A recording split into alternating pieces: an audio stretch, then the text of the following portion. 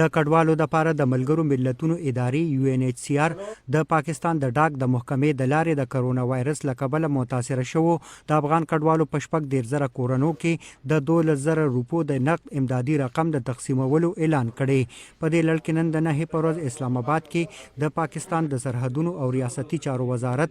د کډوالو د پاره د ملګرو ملتونو د ادارې UNHCR او د پاکستان د ډاک د محکمې ترمنځ یو لوزنامه لاسلیک شوه چې پکې د سرحدونو وفاقي وزیر صاحبزاده محبوب سلطان د افغان کډوالو چیف کمشنر سلیم خان او د کډوالو د پاره د ملګرو ملتونو د پاکستان نماینده این هال ګډون درلودو.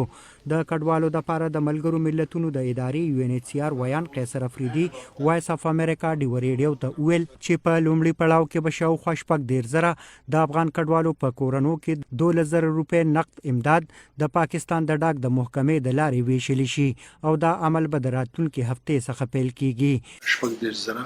کورنۍ دي نو دا کورنۍ چې کوم دي دا په پیل فیس کې موږ ټارګټ کوو او د لپاره موږ نن چې تاسو وکړو د پاکستان پوسټ افیس سره زموږ یو کانټریکټ وشلو په هغه باندې سیګنیچر وشلو نو دی به چې کوم دی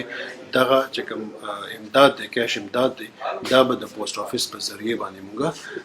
ډیسټریبیوټ کوو یا تقسیمو. په دې موقع موجود د پاکستان د سرحدونو او ریاستي چارو وفاقي وزیر صاحبزاده محبوب سلطان ویل چې د افغان کډوالو په کورونو کې د نقد رقم یوازې د UNHCR د فنډینګ د لارې ویشل کیږي. جو ابھی ہم نے